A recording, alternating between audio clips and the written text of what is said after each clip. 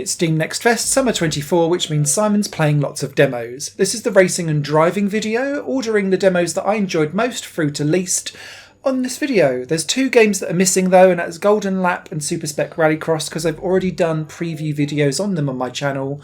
Both are buys, go and check them out.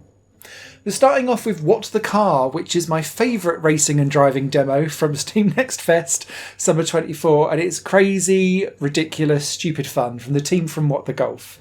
This sees you playing as a car with legs running around various different obstacle courses, but because the legs are different in every single level that you play, how you have to interact with your car is different. So in some of them, the legs have got boosters on the back, so you rocket around. Then there's one where you've got frog's legs, so you're hopping around and having to get over gaps. There's ones where instead of it being legs where you're just running around and jumping, they are 8 arms kind of all going around like a Shiva, so you're kind of rolling around like a single Uno bicycle wheel. It's really enjoyable and the level design is fantastic. The soundtrack is superb. It's like a barbershop quartet gone nuts. And whenever you play through a level, there's always something extra to think about. Not just the getting to the end, but then you've got how quick did you get there for the Steam leaderboards? Did you pick up the photo frames that you could take a photo of how you cross the line and strike a pose? It's full of crazy, silly ideas. I absolutely adore it, and it will be a day one for me. My next favourite game is Areo GPX, and this took me by surprise because it's an F-Zero style clone, but it's the indie that can. Often with these games I find that the tracks are too narrow, the game's too fast and the steering's too stiff, even if you've got banked air brake turns to try and get round them. And it all kind of clusters into a really unsatisfying, not very fluid gameplay loop. But with Areo GPX, it just clicked in a way that so many games in the genre don't. And I was having an absolute blast. The demo's quite substantial. There was 5 tracks in there for you to go through like a little mini championship cup. I've really got up to speed with not just the way how the game handles as you glide around the track, but there's elements in the track, and some are more acrobatic than others, where you'll fly off a ramp and you need to kind of bank up and then glide your way through various different hoops, giving you boosters so that you can stay in the air to keep going and then land on the other side. It's really approachable and responsive in its controls, thumping soundtrack going on, blisteringly fast frame rates and graphics going on as well. It was just a visceral and well-constructed experience that you don't really get with this genre, and it didn't feel like an F-Zero clone to me. This felt like it had its own entity and identity, and so yeah, Areo GPX, pleasant surprise, loved it. The next one, which is another day one buy for me, will be Parking Garage Rally Circuit. What? This is a retro throwback to PS1 era graphics, but you're racing around various different car parks, and that means that you'll be drifting around almost like a Mario Kart style handling model, but with proper chunky cars. And in single player mode, which is what I played, you've got a gold, silver and bronze ghost that you'll be trying to beat as you go through the different checkpoints, and you can really cut them fine because they're little like air floats that you can kind of chain and go through. You're not going around a barrier, you can go through it. But because you're in a car parking garage, everything's really tight hairpin turns, there's loads of cars parked everywhere, and I like the fact that in the 2 tracks that you get to play, one of them's got like a massive avalanche of boulders coming down on top of the car park that you have to avoid, and it changed the circuit to make it feel quite dynamic. The handling is superb, it's arcadey, it's pointy, it made lots of sense, and felt again responsive and easily correctable. And so I had an absolute blast playing this game, loved the aesthetic and vibe as well, and had a really like retro 90s soundtrack blasting away too. This game's a vibe, and I totally like vibed with it, and I feel really horrible saying that, but you know what I mean. Phantom Spark is the next game on this list, and is another one that I'd like to buy on day one. This is if Trackmania was artsy and everything glided. This game, unlike the previous ones on this list so far, where everything's quite arcadey and pointy, Phantom Spark is all about the arc of a racing line and really gracefully gliding round that arc. You lean into corners and gracefully go round the bends and the hairpins and the banked curves and try to really make that racing line as nifty as possible, because you're trying to not scrub off speed. There's no brake in this game, you just gently feather off the throttle, and that then helps you kind of turn into a corner and try to not bounce off of the edges. This is very much around hot lapping, making sure that if you bash a wall you spank restart and off and away you go again. It's really quick and responsive for that kind of up and running and just retry as you go for the Steam leaderboards versus the other ghosts that are on the game. And what I really liked is that it was implied in the full game that there'll be loads of ghosts put onto the track for you to race against. Whether that's the case or not, I don't know, but even just with me versus the AI opponent and my own ghost, I found myself being super competitive because it was just so graceful to skim the racing line and just kiss the inside of, or nearly kiss the inside of a wall on a curve. You don't want to because that will slow you down, but if you just get it right, you're like, yeah. And so this became very satisfying to play and very Moorish. The next game on this list is the weirdest, but I loved it, and again it will be a day one, and it's called Caracoles, and I've probably butchered that name. It's a snail racing game, but the snail follows the trace of your mouse click from going from A to B on a map before the race takes place. It's a really weird concept. In fact, this whole game is an absolute fever dream, which is why I love it. But what happens is you connect online and it gives you various maps in a championship where you go point A to point B, and sometimes you need to collect dots inside it. But you're only given a couple of seconds to draw out your trajectory on a mouse. So you're not very refined and you'll go wrong. You'll fall off the beaten track. And so once you've then done that, it will then pair you with 24 other players into a snail race where you all follow your own trajectory. But onto the level gets placed like bits of oil and gunk that slows you down. There'll be shells that you can eat that will then give you a quick boost if you're the first one to go for it. But because you've not seen what other people's trajectory has become, sometimes going the long way round might give you the boosts that then makes it quicker because everyone else is trying to cut corners. Sometimes they'll try and cut across the track because that might be quicker. It's bizarre. And as this is all going on, the most balmy vocal-only soundtrack is pinging off in your ear. The graphics are a drug trip. Someone's dropped an awful lot of ketamine to have got these graphics up and running. But it's just crazy. I was terrible at it. And the implication is that as you go through all of these different levels, you'll earn XP, which you can then spend to upgrade your snail so that it goes faster on track, off track. It can get a boost. It doesn't like stop and pause for breath when it runs out of fuel quite so long, and it takes longer to get through its fuel. It's weird, but I was very down with this, and it's a day one for me. Caracoles, the snail racing game I never knew I wanted. Next up is Victory Heat Rally, and I played a demo of this back in 2021 and loved it, and it's been through years of polish and it's now feeling great in 2024 ahead of its release. Victory Heat Rally is very similar to Street Racer for me from the mid-90s, a very arcade kart racer, but it's got an interesting drift into boost mechanic where as you drift around the corners it will charge up 3 levels of boost and then you can kind of let go and really push forward. But that is so integral for you to be able to get past the other 11 AI opponents when you're going through championship mode. If you don't really lean into that boost mechanic and try to spam it wherever possible, you'll struggle. That's not the only modes though. There's ones where you have to avoid all of the traffic cones and try and stay within certain parameters and lanes through races. There's one-on-one battles as well, and time trial mode. There's lots in this game and it's really blossomed and bloomed over the time that it's been in development.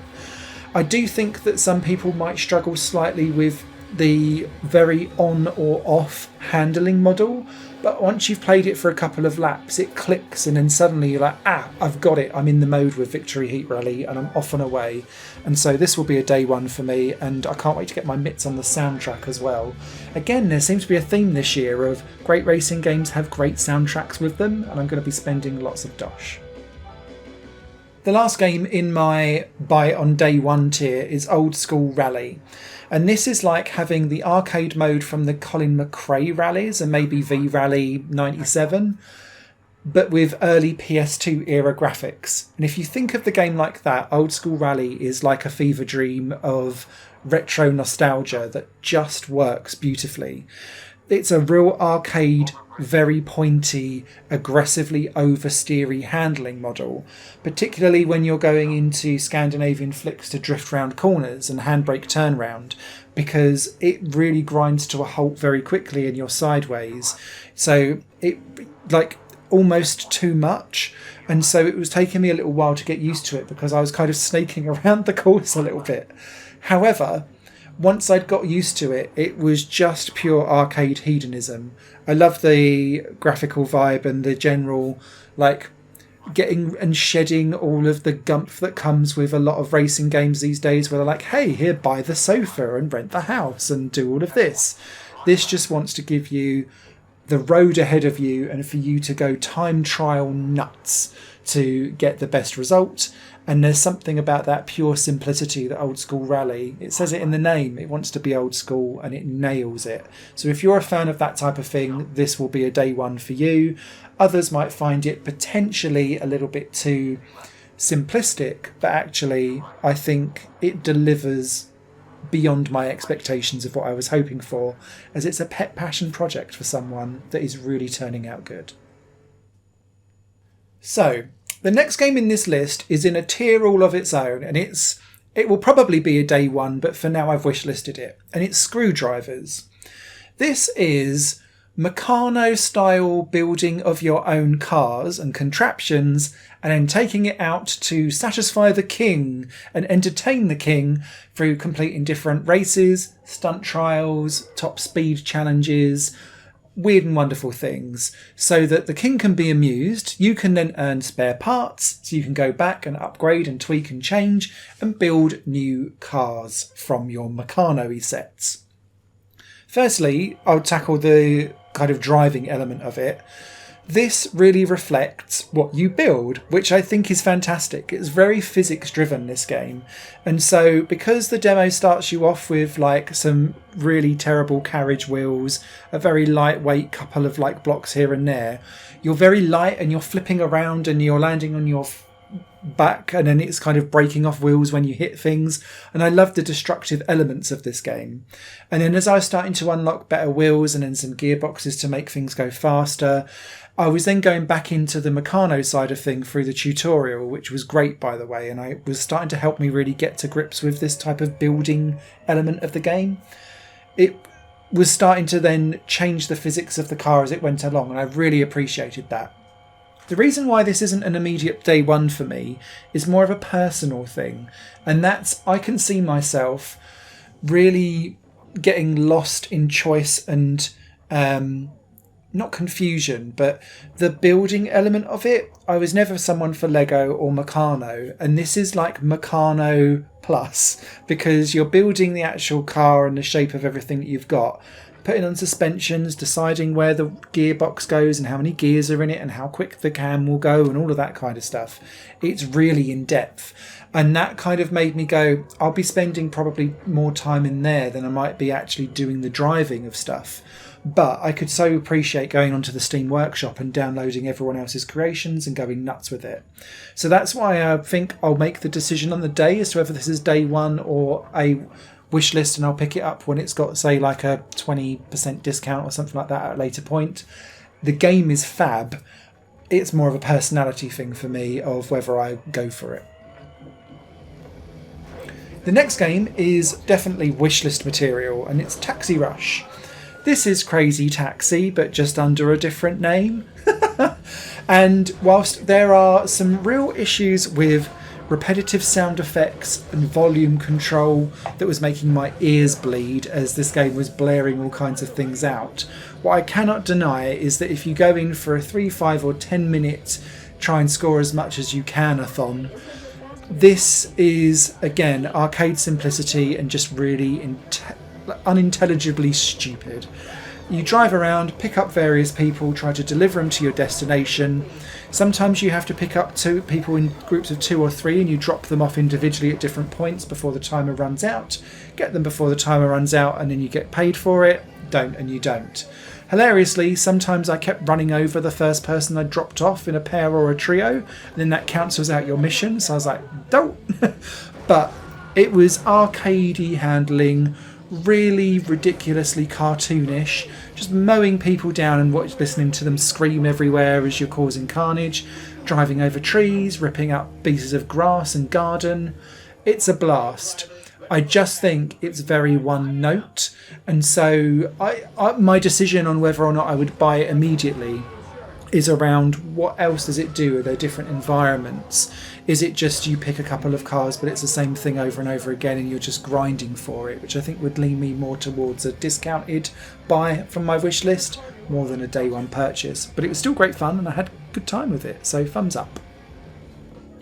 The next game on this list was a pleasant surprise, and it's called Pixel Car Racing Blocky Crash. I thought this was just going to be a cutesy kids racer but not have too much substance to it, but it's got more going on than meets the eye.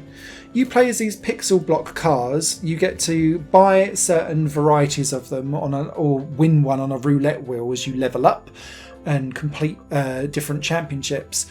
But you take that into a race, it auto accelerates, you only have to think about steering and braking. But as you hit other cars, bits of debris, barriers, things that are just in the way on the track, which this game loves to do, the block pixels start to fall off, and so your car deforms. And then as you go over the health parts of the lap to replenish your health, it picks up whatever's around you as debris to rebuild your car. So you might start off with a black car, but you might have spots of everyone else's car and bits of the road and bits of a building, then kind of replacing what you've got left. I really liked that mechanic. It's so simple and silly, but it really added personality to it. The handling was really easy and I'm going to say pillowy, because it wasn't like extreme understeer or oversteer. It just felt nice and pedestrianised in a easy to understand and easy to drive way. But yeah, I just really enjoyed the vibe of this one. It was relaxed. I didn't have to think too much about it. It just played nicely, and there's something to be said for that. Is this a day one for me? Probably not, but it was better than expected, and so thumbs up. Next up is DEATHGRIP, which I'll describe as if Mad Max did Star Wars pod racing. This game is quite fun, but I struggle with pod racing as a subgenre of racing altogether. So the fact that this is me still going, but I had fun, probably means that this game is great. And that's why it's slightly further down the list. This is why you need to know your reviewers, people, because I definitely have reviewers tilt when I do these things. With DEATHGRIP, it's very fast, it's very visceral, but you also need to use the shoulder buttons to really bank your racer around, because quite often a lot of the tracks really narrow in and you're going to have to thread your eye through a needle at like 400 kph. So if you get it wrong, you just smash into the wall and burst into flames, and the respawn generally puts you back to try and have another go at it rather than ahead and move on. So you just have to be really, really careful of that, because otherwise you can get stuck very quickly if you aren't very good. Alongside that, you've got 2 weapons that you can attach to your racer to then attack different enemies. It is very hands-on with the combat and lots of respawning of things, and you can also put on a shield for yourself because it is weapons after the first 10 seconds in a match, so defense is often just as valuable as offense in this game too. I quite enjoyed it. I just struggle with this type of racing in general, and so it was okay. It stays on my wish list. I think I'd probably pick it up on a deep sale if I'm being perfectly honest. But I think if you enjoy this type of game, definitely check it out, because I had no complaints with it whatsoever. It's just this isn't my preferred style of driving or racing. Now the next game on this list has no driving, but it definitely has racing. And if you're a fan of the SSX series, and in particular SSS Tricky, welcome to Tricky Madness. Oh yes, the developer knew exactly what they were doing with that. Now, they're trying to emulate with this game the SSX series from the PS2 era, and I'm sad to say they've got some way to go before they get there, but this is quite early-ish days in development, I believe. So this is another one of my Twitter finds, and I'd like to see a demo out just to kind of get some feedback. Quite a lot of the fundamentals of this game feel like a PS2 era snowboarding game. The graphics feel like it, the speed takes a while to get going, but there are moments where you do feel quite fast. They felt few and far between, but I think that was more about my skill level rather than the game itself. And it's also got a proper 2000s electronica soundtrack bashing away in the background, just like the SSX series would do. Where this game fell down for me, although it's still on my wish list because I want to see it develop and become something, was the trick system was really difficult to actually understand or pull anything off on. I kept on pulling off the same couple of moves over and over and over again, and it's because you're using various different sticks and buttons to try and connect things up together, but it didn't seem to really match what you were putting in with what was happening, and so I just ended up kind of doing the same 3 or 4 moves over and over and over and getting poor scores for it. It also, I think, because the game felt slightly slow, really made it quite difficult to know if you were going to hit a landing or not, because you weren't feeling like you was getting airtime either. So I've been quite picky, but I think it's because the fundamental base feels like it could go somewhere and be quite promising, but the trick system will definitely need some more refinement and fluidity to it going forward, because how it's structured at the minute doesn't feel intuitive and is quite clunky. Talking of potentially a little bit clunky, we've got Stunt Express, which is another game that has stayed on my wish list just about. This game has an interesting control system where it's to do with where you are in the camera. So you move the camera around with the right analog stick, and therefore up will always just drive you up the screen, down will always drive you down the screen, left, and right. So you need to kind of move both the sticks in unison to make sure if you're going up a road that you kind of still go up that road, if that makes sense. The interesting thing around this game is that you're trying to deliver parcels through Stunt Express.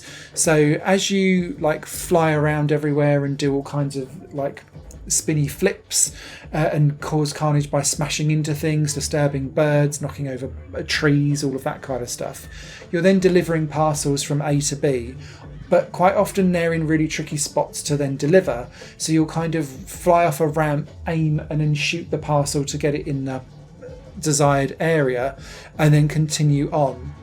The problem with this is that it works really well in the tutorial area, but the actual real world levels that were in the demo were quite confined and small, and so I was just crashing into things everywhere because I no longer had the wide open space to go nuts with my stunts. So it felt quite hemmed in, and I'm hoping that later levels would see things open up and be much more engrossing from a I've got room to play perspective, because the levels that were in the demo felt really constricted and constrictive as a result. So interesting premise, some good ideas. I kept it on my wish list from a curiosity standpoint rather than I will be buying it immediately. So I hope that kind of makes sense. Bit of a difficult one to judge. The next game technically could be in a local multiplayer list as well, and it's called Cargo, or Cargo, it was one word.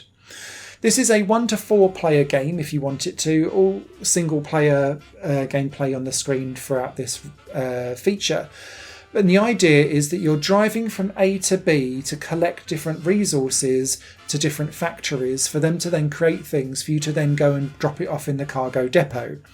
Now, on the top of the screen, just like in Overcooked style games, you'll have different orders for what you need to go and drive and deliver. But obviously you've got various different traffic going on, different roads. There's one level where bridge was going up and down, so you can only cross it at certain times and find alternative routes. The main problem that I had with this was that sometimes visually it was really difficult to pick apart where you were and where you were going. but also there's lots of random road blockages that are caused by a car crash on the road or roadworks or something like that, and you get like a little red exclamation mark that part of the road is going to be closed off. But I kept running into situations where I couldn't actually get to my destination because all the routes in were blocked, and that didn't feel fair to me. It was almost like the randomization was too random for its own good, and if that was calmed down a little bit, then maybe I'd be a little bit more engaged with this game. But this is trying to overcooked a door-to-door fetch quest in a car, and it's going to need to have a real variety of level design, which, to be fair, it did show in the demo, and some just different ideas for it to really stand out and be at a top tier of that kind of local multiplayer level. So it stayed on my wish list, but I would like to see the randomization of that kind of streamlined somewhat so that it feels fair. The final 4 games on this list are 4 games that I didn't really gel with for one reason or another, and so they haven't stayed on my wish list. They might still be useful to you though, and the first one of those is Viva Veloce. This is a top-down retro racer taking place around the city of Rome, so unique, interesting setting, and you can see it in some of the graphics that come out. The positive for this game was that there were different types of races. You had circuit racing, time trials, and also a cool little drift mode where you had to press the button like a rhythm game as you hit the green part of a gear shift to get the perfect gear shift and build up your momentum. Where I did struggle was that this game has an awful lot of stuttering, and there were problems where like my car would disappear. The car select screen and the upgrade screens weren't working correctly for me, and whilst I totally get that this is a work in progress demo, this is meant to be coming out in a couple of months' time, and it felt like this game was desperately trying to crash constantly, and so that started to affect how I was driving. Sometimes my inputs would then be missed and I'd just be crashing into things. There was also in some races an AI that seemed to be going twice the speed of everyone else for no particular reason, so it just felt like there was lots of things all building up to the fact that it didn't really sit nicely with me. But hopefully if those things were ironed out, this would be a useful game for some people that really enjoy that retro top-down racer that we got so often in the late 80s and early 90s. Next on the list is Non-Stop Driver. But you will be stopping quite a lot because your car has a bomb in it, and if you don't go at a certain speed it explodes, very much like Speed, but a timer drops down until the bomb actually does explode. And that's quite handy because you're going to be threading your way through loads of traffic. The problem also is that your car has very limited health, and if you hit too much it will explode as well. And this was part of the problem. This game has really unresponsive handling. And so when you've got that versus the fact that there's weather effects that sometimes really blur what you can and can't see in front of you, I wasn't getting very far exploding, respawning, explode and respawn, explode and respawn. And it got very old very quick just in the demo alone, never mind this being an actual full game experience. It looks lovely, there's some good soundtrack going on here too. Some custom-made rock songs, which I found was quite fun. But the actual gameplay itself felt sluggish and difficult and just frustrating to play, and so I didn't really enjoy it. The next game up is Z Speed Arcade, and this is basically a throwback to Outrun style games, where you're trying to, from a chase view perspective, drive around various different traffic, and you've got police chasing you basically, so you don't want to be caught by them. Again, this is one of those avoid all of the traffic and don't blow up and explode. But the problem with this game, which actually Non-Stop Driver didn't have, is that the traffic veers constantly, zooming towards you at all times, and your car isn't good enough to get out of the way. But half the time in Z Speed Arcade, you would just drive through the cars anyway and nothing would happen. This game had so many collision glitches, it was unreal, and so it didn't really feel like I was playing the game properly because the game wasn't registering what was going on. Add to that a very stylised aesthetic that felt slightly too angular for me to really appreciate, and just the fact that it was just sluggish control wise and very glitchy, I just didn't really enjoy my time with it, and so that was removed from my wish list. And then the last game only gets an honorary mention, and it's Medal Winner 24. It was an Olympic Games style game, so it had running and racing in it, but only the menus of the demo worked. When you got into the game itself, it crashed every single time. So that is the racing and driving list. Plenty of day ones for me. It's going to be expensive this year if they all come out. But what do you think? Anything that you fancied? Pop them down in the comments what you'll be wishlisting or taking a further look into. And I hope this video was helpful. Thank you very much for watching. Take care.